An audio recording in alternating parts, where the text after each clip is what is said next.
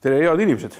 Täna olen sattunud sellisesse kihvti kohta, mille nimeks on Imede põld ja mul on siin Kristjan, keda mina tean elava Land Roveri leksikonina. Tere. Aga täna ei hakka Land Roverist rääkima, vähemalt mitte veel, vaid räägime hoopis vintsidest. Ja mul ongi kohe alguses sulle küsimus, ütleme sellise, täiesti võhiklik küsimus, et milliseid vintse üldse erinevaid on? Põhimõtteliselt jagunevad vintsid kolmeks, ehk et on olemas mehaanilise ajamiga vintsid, mida käidetakse autol siis vastavalt kas vahekastist, käigukastist või otse mootori pealt, vantvõli pealt. On hüdraulise ajamiga vintsid ehk hüdraulilised vintsid, kus on vaja hüdromootorit, mis seda toidab. Ja kolmandaks kõige levinumad on elektrivintsid olemas, kus siis elektrimootori abil liigutatakse trassi. See mehaaniline tähendab seda, et vahekastist lihtsalt siis tuleb välja veel üks selline kardaan, mis läheb vintsi külge ja kui on vaja vintsida, siis tuleb lihtsalt vahekast vist lülitada mingisse õigesse asendisse. Jah, see on erinevad lahendusi, on neid, kus tuleb eraldi kardaan vahekastist, on neid, kus on kardaaniühendus otse käigukastist ja on ka sellised, kus on pisike ülekande otse mootori vantvõllist, näiteks ka Land Roveril on sellised lahendused olemas. Ehk siis kogu mootori jõudu rakendatakse vintsi ringi ajamisele. Paigaldamise mõttes vist see elektriline on kõige lihtsam, on ju? Jaa, täpselt nii. See on kõige lihtsam, seda on võimalik paigaldada praktiliselt kõigile sõidukitele, mitte ainult maasturitele, sest me oleme kindlasti näinud ka elektrifirmadel, kus on pakibustel ees. Jahimeestel on tihtipeale tal kas kaubikutes taga või kastis loomade peal tõmbamiseks ja samamoodi kasutatakse ka muudes rakendustes. Et selles mõttes tema kasutusala on peaaegu piiritu. Hüdraulilise ja mehaanilise puhul peab olema eeldus, et seda paigaldada saaks. Seda ei saa kõikide autole panna.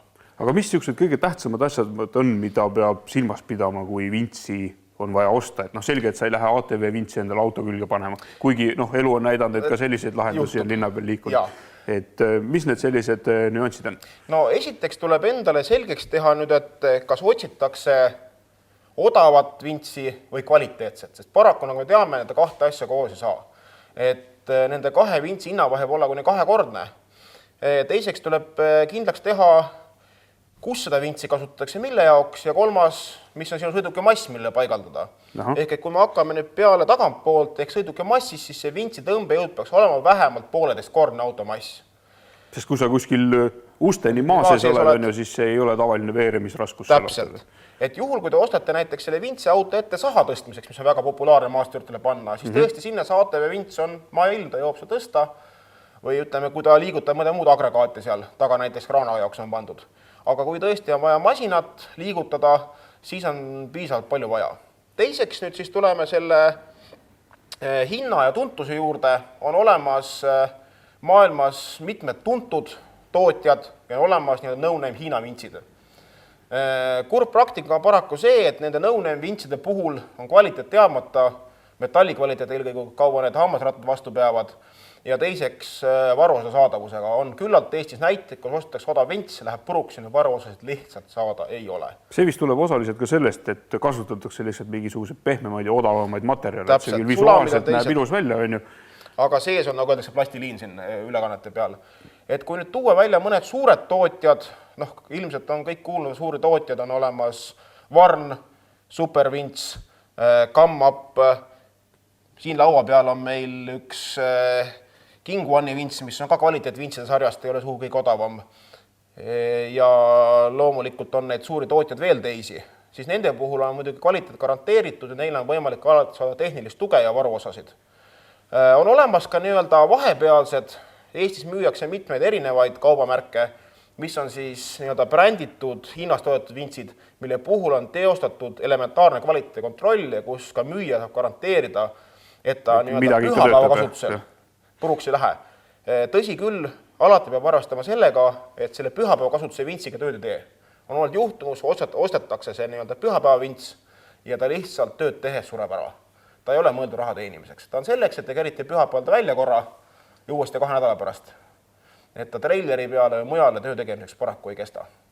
Aga vaatame siia laua peale, kui nüüd inimene tuleb vintsi ostma, siis esimene asi, mida inimene vintsina teab, on see vintsimasin ise, mis on siis koosneb trossist ja siis kuskil on tõenäoliselt elektrimootor ja mingi ülekanne. Täpselt. Aga vintsi valiku puhul, nagu juttu oli, me peame teadma selle auto massi ja on vaja teada siis vintsi tõmbejõudu. Vintsi tõmbejõudu kujutatakse reeglina peal naeltes ehk LBS-ides ja see tuleb vastavalt siis läbi jagada, et saada tonnides. Enamus maastureid eeldavad seda, et seal nina peal oleks vähemalt 9000 lbs ehk umbes 4,5 tonni tõmbejõudu. Okay. Sest keskmine maastur on 2,5 tonni, et see oleks miinimum. Väiksemate maasturite puhul võib ta olla ka näiteks 8000, alla 8000 on väga vähe sõidukeid, kuhu saaks panna, ütleme väike Suzuki Nivad, sinna võib 6000 panna. Sellest väiksemat paigaldada autole pole enam mõtet. Aga keskmine siukene, ütleme, mis meil on levinud, Land Cruiserid, Toyotad, Land Roverid, suurem maastur, need eeldavad vähemalt 9000, 9500 tõmbejõuga vintsi LBS-i. Ja siin laua peal on üks 9,5 King One'i vints ja millest ta siis pakend koosneb. Konkreetselt on see trossiga variant, need toodaks kahte moodi, on trossiga ja on siis kevlarköiega pealt. Ehk trossi puhul on kaasas rullikute komplekt. Aha, siit vahelt siis käib on ju see jah, tross käib läbi ja siit suunatakse, sest teatavasti auto võib olla väga erinevad nurkade all ja kunagi jookse tross otse ja selleks, et ilusti peale poolitaks, selleks peavad siin rullikud juhtima, et see tross ilusti liiguks. Aga ta ise kerib ennast mingisuguse valemiga? Või jaa, ta järjest üritab kerida, siit on nagu ehk näha, et ta on järjest siia peale kerinud. Loomulikult, kuna ilusti järjest saab peale kerida vaid siis, kui auto on paigal, aga teie auto ei liigub teatavasti, siis ta reeglina kipub ennast suhteliselt segamini kerima. Ja seepärast soovitakse, et kui te olete nii-öelda sellest mudaaugust välja saanud, kerige uuesti tross välja ja laske ilusti peale, et ei tekiks seda efekti, et oleks muljutud kohti või sõlmesid tuleks sisse. Samas on muidugi see oht, et kui auto näiteks ainult ühe külje pealt sisse viisite, siis äkki kerib siia siukse puntra, et lõhub midagi ära. Selle puhul ongi see, et ütleme, et hea, kui te saate vintsida kahekis, et üks kõrvalt jälgib, kuidas see vints kerib. Raskem on muidugi siis, kui tänapäeva autodel on see peidetud stange sisse see vints. Sellisel juhul tuleb aeg-ajalt ilmselt kapoti alla piiluda, et saate näha, kuidas see tross liigub. Et kui tõesti on ühele poole kerimine, siis tasub aeg-ajalt kontrollida. Tänapäeval tänu erinevatele abivahenditele saab kui ükse vintsida ja siis tuleb olema eriti tähelepanelik, et see tross ei lõhuks teie vintsi ära. Ehk siin on need piirarullikud või et ta ei lõhuks põskesid ära siit kahelt poolt. Okay. Vintsiga kaasas loomulikult konks. Kvaliteet vintsil on ta eemaldatava sprindiga, et te saate seda ära võtta, panna näiteks seeklisi asemel, kui vaja on. Või kui te trossi vahetada, ei pea ostma uut konksu siia külge. Saate ära vahetada. Väga paljud on kaasas blokiratas, mis teatavasti kangiseadusena töötab, ehk kahekoristab teie tõmbejõudu. Ehk et teil on võimalik siis oma vintsi kasutada palju suurema raskuse liigutamiseks ja lisaks sellele, kui teil on mingil põhjusel vaja vintsida nurga all. Ja. Teil ei ole puud otse ees, teil on nurga all, ta panete nurga alla või ütleme, teil on vaja päästa nurga all. Kahe blokiga on võimalik lausa taha vintsida ennast, nii on vaja. Et selles mõttes on väga oluline abivahend, kui te ostate ja kaasas pole, küsige kindlasti müüja käest blokiratas kaasa. Okay. Te ei koorma vintsi üle ja teil on alati kindel tunne, et te saate välja sealt. Kui me nüüd juba puust rääkima hakkasime või õigemini sina juba rääkisid, siis tegelikult alati peab olema kaasas ka puukaitsevöö, aga seda vist ei tule nüüd kohe komplektis. Seda ei tule reeglina kaasa. Mõned üksikud hästi kallid vintsid, kus on kogu täiskomplekt, et teile antakse kaasa lausa kindad ja puukaitsevöö. Siin on üks päevi näinud, mis on tööd teinud. Jah, puukaitsevöö on reeglina mõttekas, te peaks olema vähemalt 1,5–2 meetrit ühtepidi, et ta ulataks ka läbi ümber jämedama puu ja mitte liiga kitsas, see on nüüd miinimumlaius, ütleme. Ja selle te panete ümber puu. Ja teebki seda, mida nimi ütleb. Et jah, kaitseb seda puukoort suurte vigastuste eest, ta loomult veidi liigub, et see trossi sooniks sisse. See tahate olla alati loodussõbralikud ja maasturimehed ju teatavasti loodust ei reosta ja ei riku. Ja kindlasti, kui te puust vintsite jälgige, et seda puust välja ei juuri. Et kui on näha, et see puu hakkab liikuma, jätke järgi, otsige parem koht tõmbamiseks. Ja see tuleb ka panna võimalikult maaligidele, et keset puud ei ole mõtet panna. Ülesse poole ainult siis, kui on piisavalt suur puu ja ütleme, on väga järsk tõus ja kraav, kust läbi tulla. Ja tuleb ettevaatlikult jälgida, et tõesti see puu viga ei saaks või pikali tuleks teile endale kaela. Aha. Nii, aga lähme vintsiga edasi. Siis on minu arust olemas kaks erinevat varianti. Üks on see, et sul on mingisugune pult juhtimiseks või siis teine on see, et sa saad sellele endale kaabliga kuidagi vedada vajaliku kohta. Kõigil on kindlasti kaasas juhtpult kaabliga, millega saate siis ühendada releeploki külge, kus on siis see pistik olemas. Releeplokist räägime hetke pärast uuesti. Ja teine variant, mida ma näitan, on tänapäeval võimalik juurde osta, paljudel vintsidel on ka kaasas, on kaugjuhtimispult raadioteel. See mõnevõrra tundub olevat mugavam kui see juhtmega vahendus. Nii ja naa, ütleme, et kui te juhtute olema üksi metsas, siis tegelikult on iseenesest üsna üsna raske seda trossi piisavalt välja kerida, kuna kaabli pikkus on ju piiratud auto juurde. Ja tihtipeale ei õnnestu ka seda vaba jooksuga välja tõmmata, sest tross on veidi pusas seal peal. Sellega on jah tõesti mugavam oluliselt. Te saate kaugemale autost minna seda trossi liigutada ja juhtida paremini. Olen ise üksi olnud sunnitud vintsima metsas ja ütleme, et ka ilma puldita vanal ajal ja oli päris keeruline. Ega seal väga lihtsa ei olnud. Aga tänapäeval on nad suhteliselt odavad, nad maksavad kusagil 30-40 euro kanti. Nii et see investeering tasub kindlasti ära. On need kahte tüüpi jällegi, siin on üks odavam, kallima, mis on täisveekindad, need on umbes 2-3 korda kallimad. Ja töötavad nad umbes 30-40 meetri raadiuses, nii nagu vintsil tross peal on. Ja kui nüüd küsitakse, kas nad üksteist segavad, siis reeglina mitte igal karbil on oma tunnuskoodid on programmeeritud, kus oma karbiga töötama. Võistlustel lased naabrimehe vintsitrossi lödiks. Naljalt ei lase, et siiani ei ole meil õnneks olnud, et eks ta ilmselt tekitab ka mingi kaitsed, blokeeritakse signaal ära lihtsalt. Aga see on niisugune hea varustus, mida tasub ka kindlasti küsida juurde endale. Sellest releeblokist nüüd rääkides, sinna läheb on ju hunnikus elektrit sisse. Ja see siis eeldab tegelikult seda, et see on paigaldatud võimalikult kõrgele, et see niisama naljalt ree alla ei satu. Tegelikult selle vintsi releebloki paigaldamisel sõltub väga palju autost. Kui on võimalik, tasuks ta paigaldada kapoti alla, kus on vähem niiskust, on kuivem soojem. Kui ei ole võimalik, siis jah, võimalik kõrgele. Läänes on näha, nad tihtipeale pandud siia samma, ütleme, vintsi rulliku kohale. Meie tingimustes ei ole väga hea lahendus. Sool ja liiv teevad oma töö. See läheb see sisse, tekib klemmide oksudeerumine ja probleemid sellega. Et selles osas tasub jah leida hea koht, konsulteeriga oma paigaldajaga, autoelektrikuga, et see saaks ilusti paika pandud. Meil eelmine aasta Magadanis käies juhtus selline asi, et ühest suurest jõest läbi sõites ja peale seda väikest pausi pidades kostus selja tagant järsku ja vints oli ise ärganud ellu ja tõmbas konksu endal ludinal läbi selle rullikute. Kui see lühis, selle vastu on hea lahendus, jällegi rääkige oma autoelektrikuga. Me tihtipeale soovitame panna vintsile vahele kas eraldi massilüliti või salongist siis selle katkestuse pundile. Et tihtipeale paigaldatakse ka autosse lisaks siis nendele kaugjuhtimisele ka lüliti. Ehk siis me soovitame alati panna autosse vintsi juhtimislüliti ja turvalüliti, mis katkestab selle voolu vahela, et juhtuks samasuguse õnnetust, nagu teil selle juhtus sellega. Aga mis siin karbi sees on? Kus see magic on? Tänapäeval on 2 lahendust. On olemas vanakooli ümmargused solenoidid, kus siis vool läbi käib ja juhitakse, neid on reeglina 2 tükki, väga vanadel vintsidel 4 tükki sees varniomadel. Ja suhteliselt odavad, kui need läbi põlevad, mida iga aeg juhtub, maksab ta turul kusagil 15-20 euro vahel. Vahetate ära, 10 minti tööd kapoti all on elu ilus.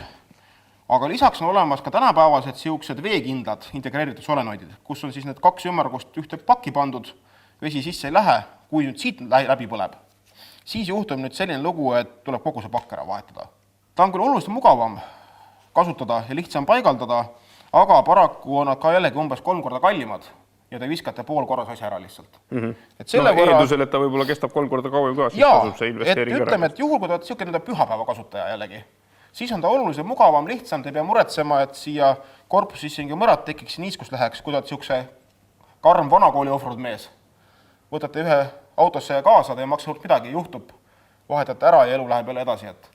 Et pluss ja miinused täpselt nagu ema ja tütaret, kellele midagi meeldib, saab panna. Ja see sama asubki siis selle meie karbi sees. Siin konkreetselt on praegu nüüd ju siis uue tüübi oma sees, väiksem.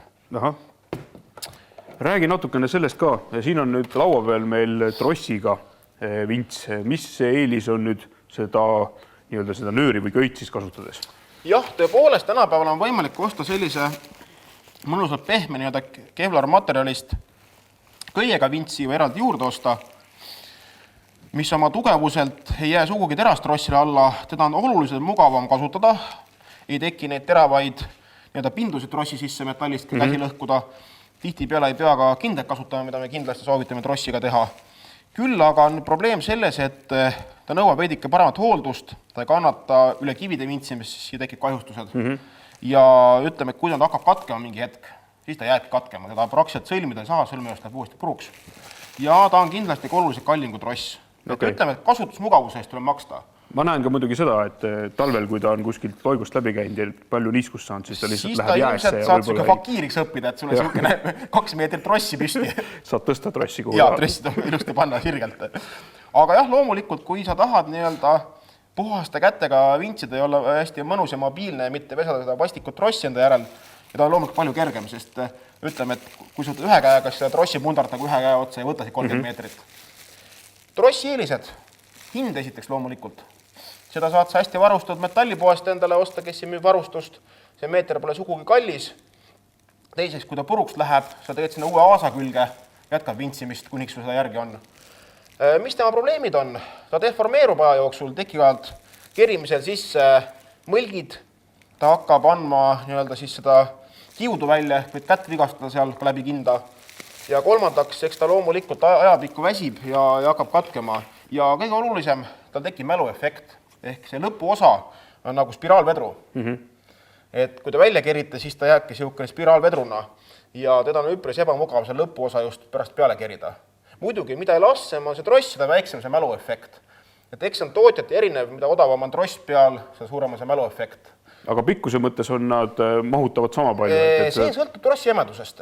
Neid on erinevaid. Ütleme, et nendel vintsidele, mis on kuni 10 000 lbs tümbajõuga, on see reeglina 8 mm, sealt edasi on siis 10 või 12. Et 8 mm trossi on reeglina sõltub tootjast 28–30 meetrit siin vintsi peal, mis on täiesti piisav Eesti tingimust lähima puuni jõuda. Kui ei ole, siis võtate endale pikema troppi kaasa ja lähete sinna. Üks asi on muidugi veel, kes tahab hästi kerge olla ja tahab troppi kanda, siis tihti peale ostetakse sama Kevlar köis pikenduseks. See on hästi mugav autos hoida, ta on kerge ja mõnus vahele panna pikenduseks ja see 30 meetrit on nagu muu seas, ei ole siukest laia jämedat troppidel kaasas. Et köie puhul peab nüüd arvestama sellega, et on vaja teistsugust juht ava ehk pilu, sest rullikute puhul võib juhtuda see, et see köit vigastatakse rullikute liitekohtades. Seetõttu peab olema sujuva servaga, et ta ilusti sisse jookseks. Näeb väga elegantne välja selle juures. Ja on lihtne autode paigaldada ja ei ole siuksi pikirulikutel masina ees. Aga selle siis peab eraldi endale juurde ostma? Kui teie vints on nüüd juba tehasest tulnud Kevlar köiega, siis ei pea on see komplektis kaasas. Kui te tellite eraldi köie, siis tuleb ka see pilu eraldi juurde osta. Et see on nüüd siuke asi, millega peab arvestama, et tuleb teha lisainvesteeringuid. Räägi natukene sellest ka, mis need vintsi hinnaklassid üldse on, et millega peab inimene arvestama, kui ta sellist, ütleme, mõistlikku vintsi endale tahab? Kui ta on otsustanud riskida ja osta no-name vintsi, siis nende hinnad siin turu peal hakkab peale, mõtlen, et maasturi jaoks piisatõmbega umbes kusagil 400 eurost. 600–650 algavad siis nii-öelda bränditud Hiina vintsid sinna kanti ja ütleme siis samamoodi hakkab 600 peale, aga ütleme esimese kvaliteet vintsid, see sõltub tõmbejõust nüüd, et ütleme, et odava Hiina vintsi eelis on see, et sama rahast pakutakse suuremat tõmbejõudu paberite peal, samas ütleme see, mis meil laua peal on, see maksab siis ka siin circa umbes 800 eurot. See on nüüd kõige võimsam mootoriga, et ütleme, et 608 vahele ja nüüd tippomad, mis on siis tuntud brändid, ütleme, et Supervints, Varn, see peab kuni 1000 euro üle selle minna juba. Ja sinna läheb ju paigaldus juurde, seda kodus ei pane endale seal põlve otsas. Kui on metallitöö tuttav, siis jah, ütleme, et aga tavakasutaja, kes ostab maasturi ja kodus ei hoolda, siis jah, tuleb loomulikult paigaldusena juurde. Ja kindlasti mitte ära unustada hooldust. Kui te ikkagi seda vintsi kasutate metsas ja looduses, siis vähemalt korra aastas võtke oma vintsi paigalda või auto hooldage ühendust, laske maha võtta, vahetage ülekannetes määre ära, kontrollige, kas on kontaktiklemmid korras ja loksudeerunud. Et nii nagu te autole teete õlivahetust, ilmselt reeglina vähem korra aastas korralik läbisõidu puhul, nii laske ka vintsi üle vaadata, sest vastasel juhul võib see remont minna päris kalliks. Jah, või siis teine alternatiiv, et kui vaja on, siis lihtsalt ei tööta. Ei tööta, jah. See on ka üsna tihti, et ostetakse ka pruugitud auto, et mul on vints peal, minnakse metsa, siis selgub, et ei toimugi midagi nupusta. Ei tulegi siit august. Või teine veel halvem variant on see, nagu teil matkal juhutus, et lülitub küll, aga välja ei lülita enam. Ja võt siis on kahjud päris suured olla, siis on pilpad taga. Sest ta lõhub kõik asjad ära.